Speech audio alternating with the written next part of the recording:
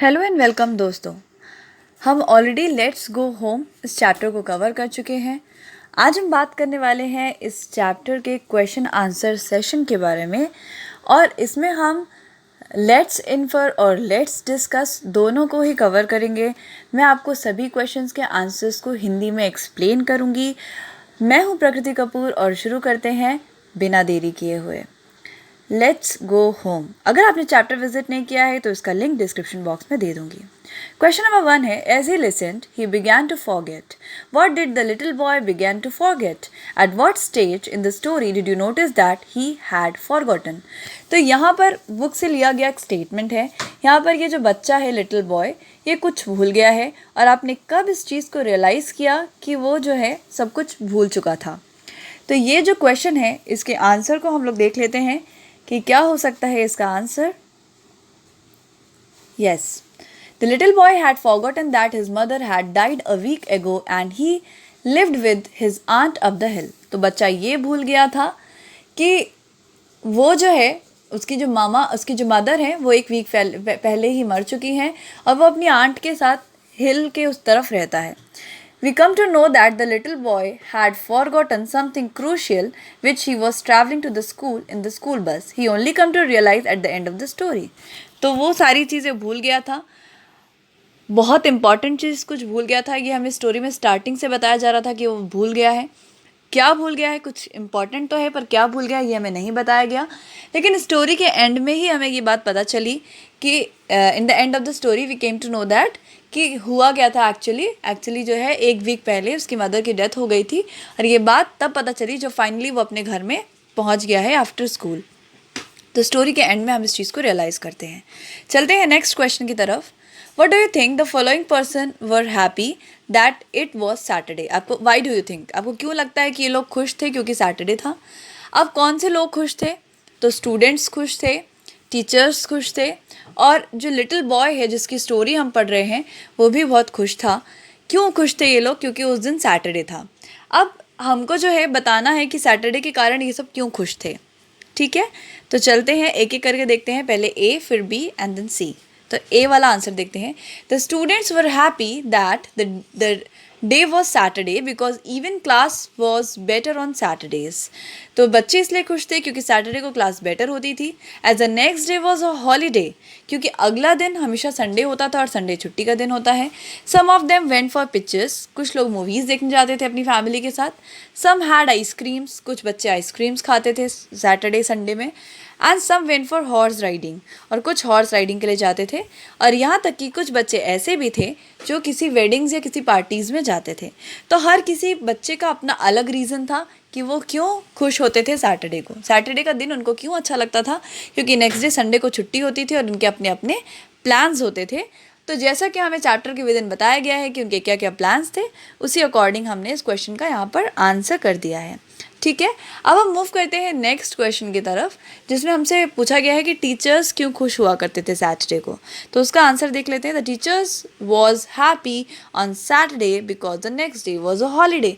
Teachers को बहुत मेहनत पड़ती है बच्चों को पढ़ाने में, उनको रोज़ स्कूल आना पड़ता है, और वो इसलिए खुश होते थे क्योंकि नेक्स्ट डे संडे था, और उनके लिए संडे एक रेस्ट डे और एक हॉलीडे की तरह से होता था, जिसमें वो जो थे रेस्ट कर सकते थे बिना किसी टेंशन के। उन्हें स्कूल आने के लिए और काम आने के लिए, काम करने का कोई भी प्रेशर नहीं होता था।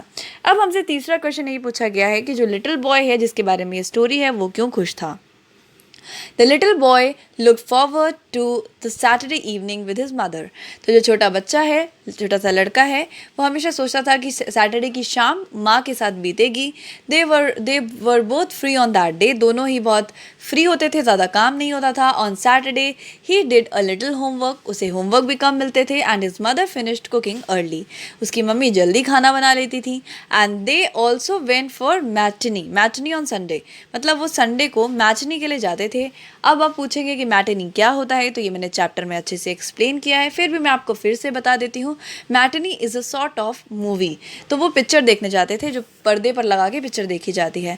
संडे को वो साथ में मूवी देखते थे and enjoyed weeding together. Weeding है, ये वेडिंग नहीं है। वीडिंग का मतलब होता है जो अनवांटेड पेड़ निकल आते हैं खेतों में, उसे निकालना। तो दोनों साथ में बैठ के वो वीडिंग करते थे, और ये दोनों ये साथ में एक अच्छा टाइम स्पेंड करते थे, इसलिए लिटिल बॉय हैप्पी था। नेक्स्ट क्वेश्चन की तरफ मूव करते हैं. Do you think miss Moss and mister White had always been nice to the little boy? Why were they behaving differently now? Did their act of sympathy help the boy recall his mother's death? अब यहाँ पर 3 question पूछे गए हैं कि क्या miss moss और mister white बच्चे के साथ अच्छा बर्ताव करते थे हमेशा, और अगर करते थे या नहीं करते थे, why were they behaving differently, वो अलग तरीके से क्यों बर्ताव कर रहे हैं? Did their act of sympathy help the boy to recall his mother's death? क्या वो उस तरीके से बिहेव कर रहे हैं इससे बच्चे को ये याद आया कि उसकी माँ की डेथ हो गई है? Miss Moss generally had him write 50 lines when he fall asleep in the mathematics class. बच्चे को मैथमेटिक्स नहीं पसंद है. जब क्लास में उसे पढ़ते पढ़ते नींद आ जाती थी तो हमेशा मिस मॉस उन्हें But that day she did not assign him a task and asked someone to woke up. अभी हम आगे पढ़ेंगे. तो यहाँ पर मिस मॉस जो थी, जब भी वो क्लास में सो जाता था उसे उठाती थी और उसे 50 लाइन्स लिखने के लिए पनिशमेंट दे देती थी, है ना. लेकिन इस दिन उन्होंने ऐसा नहीं किया. उसने किसी और से कहा टू वेक हिम अप, कि उस बच्चे को उठा दो. Mister white gave him helping of the teachers pudding. तो उन्होंने लंच के टाइम पे एक दूसरे को हेल्प किया. मिस्टर वाइट उसके सर थे. They were behaving differently because with the little boy because he had recently lost his mother, the only parent he used to live with. वो उसके साथ अच्छा बर्ताव कर रहे थे, थोड़ा डिफरेंट बर्ताव कर रहे थे, इसलिए क्योंकि उनको सिंपैथी हो रही थी. उस बच्चे ने अपनी माँ को खो दिया था और वो उसकी सिंगल पेरेंट थी क्योंकि उसके पापा पहले ही नहीं थे. No, their act of sympathy could not arouse the boy from his shock. तो बॉय को जो शॉक लगा था वो भूल गया था इस बात को कि उसकी माँ की डेथ हो गई है. इस शॉक से उसे बाहर नहीं निकाल पाए वो अपनी एक्ट ऑफ सिंपैथी से. And make him remember the harsh truth. तो ये जो कड़वा सच था, इस सच से उसको वाकिफ़ नहीं करा पाए. उनकी सिंपैथी को देख कर भी वो ये नहीं समझ पाया कि एक्चुअल में ये लोग मेरे साथ अच्छा बर्ताव क्यों कर रहे हैं. हमेशा तो ये मुझे पनिश किया करते थे, आज ये मुझे पनिश क्यों नहीं कर रहे. ठीक है, चलिए आगे बढ़ते हैं नेक्स्ट क्वेश्चन की तरफ. He heard someone says but he doesn't live dash dot dot dot. Can you complete the sentence? Why didn't his friend tell him what had actually happened? तो यहाँ पर हमसे पूछा जा रहा है कि एक सेंटेंस दिया गया था, ही डजंट लिव, बस इतना ही कहा गया था, जिसमें से एक दोस्त ने ऐसा कहा था. उसके दोस्तों ने उसको क्यों नहीं बताया कि असल में हुआ क्या था. हमें यहाँ पर इस सेंटेंस को पूरा करना है और ये बताना है कि उसके दोस्तों ने उसको क्यों नहीं बताया कि एक्चुअल में हुआ क्या था. But he doesn't live here any more. तो सेंटेंस हमने पूरा कर दिया है, but he doesn't live here any more, पर ये यहाँ नहीं रहता अब. The friend did not want to tell the boy the truth because they did not want to be the bearer of the bad memories. तो दोस्तों ने उसको ये बात इसलिए नहीं बताई क्योंकि वो नहीं चाहते थे कि वो उसकी बुरी यादों को याद दिलाने का एक ज़रिया बने. और आप ये भी लिख सकते हैं because they also don't want to hurt him, है ना, उसे दुख भी नहीं पहुंचाना चाहते थे. तो हो सकता है ये भी कारण हो सकता है, इसीलिए आपके आंसर्स डिफरेंट भी हो सकते हैं. क्वेश्चन नंबर 5 है, and he had sudden and full recollection. What did the little boy suddenly remember? What effect did it have on him? अब अचानक से उसे पूरा सब कुछ रिकलेक्ट हो गया, याद आ गया. What did the little boy suddenly remember? उस बच्चे को क्या याद आया था? What effect did it have on him? तो ये जो चीज़ उसको याद आई थी उसका क्या असर उस बच्चे के ऊपर पड़ा है. तो ये एक तरीके से क्वेश्चन है, कई सारे क्वेश्चंस पूछे गए हमसे विद इन क्वेश्चन के विद इन. आंसर देख लेते हैं. The little boy suddenly remember that he was not living in his own house any more but up the hill at his aunt's house. उस बच्चे को याद आया कि मैं अब अपने ही घर में नहीं रहता हूँ, मुझे आंट के साथ, अपनी आंटी के साथ उधर हिल के पास रहना पड़ेगा. He realized that his mother had died a week ago and house was empty. उसको याद आया कि उसकी माँ 1 हफ्ते पहले मर चुकी है और उसका घर खाली है. At first, he just stood still, looking, not knowing what he should do. Starting में उसे समझ में नहीं आया कि क्या करना चाहिए, तो वो एकदम शांत सा खड़ा रहा. There was a big lump in his throat. और उसके गले में लंप का मतलब एक भारी सा कुछ, कि गले से पानी भी अंदर ना जाए, इस तरीके से भारीपन हो गया था उसके गले में. लंप है ना, एक कर्व ऐसा हो गया था कि वो अंदर कुछ निगल भी ना सके. Throat and he felt like crying. उसे रोना आने लगा. The tears came into his eyes. He wanted to cry a lot. वो बहुत ज़्यादा रोना चाहता था, उसकी आंखें भर चुकी थी. But he could only cry quietly. पर वो सिर्फ शांति से रो सकता था और कुछ नहीं कर सकता था. नेक्स्ट हम लेट्स डिस्कस की बात करते हैं. इसका क्वेश्चन नंबर 1 है, the boy in the story is merely referred as he without any mention of his name. Why do you think the writer has chosen to do this? तो पूरी story हमने पढ़ी, इस बच्चे का नाम ही हमें पता नहीं चला, तो आपको क्यों लगता है कि राइटर ने उसका नाम नहीं बताया हमको, सिर्फ ही कह के लिटिल बॉय कहकर ही डिनोट किया? तो कोई रीज़न हो सकता है, आपका आंसर वेरी कर सकता है, पर जो मुझे अप्रोप्रिएट आंसर लगता है वो आंसर मैं आपको लिखवा देती हूँ, और वो आंसर है ऐसे. The writer perhaps doesn't want to let the reader know whether the story is autobiographical sketch or just a fictional story. तो ऐसा भी हो सकता है कि ये जो स्टोरी है ये राइटर की खुद की स्टोरी हो, है ना, ऑटोबायोग्राफिकल स्केच हो, तो नरेटर अपना नाम नहीं लेना चाहते होंगे शायद, इसीलिए उन्होंने लिटिल बॉय और ही कह के डिनोट किया है. और ऐसा भी हो सकता है कि उनकी स्टोरी ना हो, एक फिक्शनल स्टोरी हो, लेकिन वो इस चीज़ को क्लियर नहीं करना चाहते और रीडर्स को इस डाउट में रखना चाहते हैं कि ये कैसी स्टोरी है. ठीक है, नेक्स्ट क्वेश्चन की तरफ हम मूव करते हैं. हमारा अगला क्वेश्चन है, at the end of the story the little boy's world lies shattered when he realise that he is all alone. अंत में हमें पता चलता है कि उस बच्चे की जो लाइफ है पूरी बिखर चुकी है और वो अकेला रह गया है. The writer describes his grief only briefly. Writer ने इस बात को ज़्यादा एक्सप्लेन नहीं किया है. Would you have like the description to be longer and fuller? Why? क्या लगता है आपको कि राइटर को इस कि गम को और ज़्यादा अच्छे से डिस्क्राइब करना चाहिए था क्या? एंड में उन्होंने कुछ भी डिस्क्राइब नहीं किया, बस इतना बताया कि वो रोना चाहता था. तो आपको क्या लगता है? आंसर कर देते हैं. The writer's description of the little boy grief is sensitive in its subtlety. देखो, सटिलिटी वर्ड को अगर आप रिमूव भी कर देंगे तो कोई बात नहीं है, तो आप ऐसे लिख सकते हैं the writer description of the boy grief is sensitive. तो ये बहुत सेंसिटिव डिस्क्रिप्शन था. After describing the child involvement with his mother and how he spend time in the school, ये बताने के बाद कि बच्चा अपनी माँ के साथ कैसे टाइम स्पेंड करता था, स्कूल में कैसे टाइम स्पेंड करता था, रीडर्स ऑलरेडी शॉक में है ना. And the brief account of the effect of the cruel realisation has on the boy little boy is enough.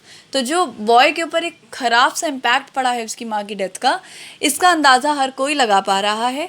To make us feel severity of the situation, ये situation कितनी खतरनाक हो सकती है, कितनी सीवियर हो सकती है, इसका अंदाज़ा रीडर्स को ऑलरेडी हो चुका है. इससे ज़्यादा अगर वो बताते तो ये ज़्यादा ही एक दुखद स्टोरी हो जाती, इसलिए अच्छा ही किया कि उन्होंने ज़्यादा एक्सप्लेन नहीं किया.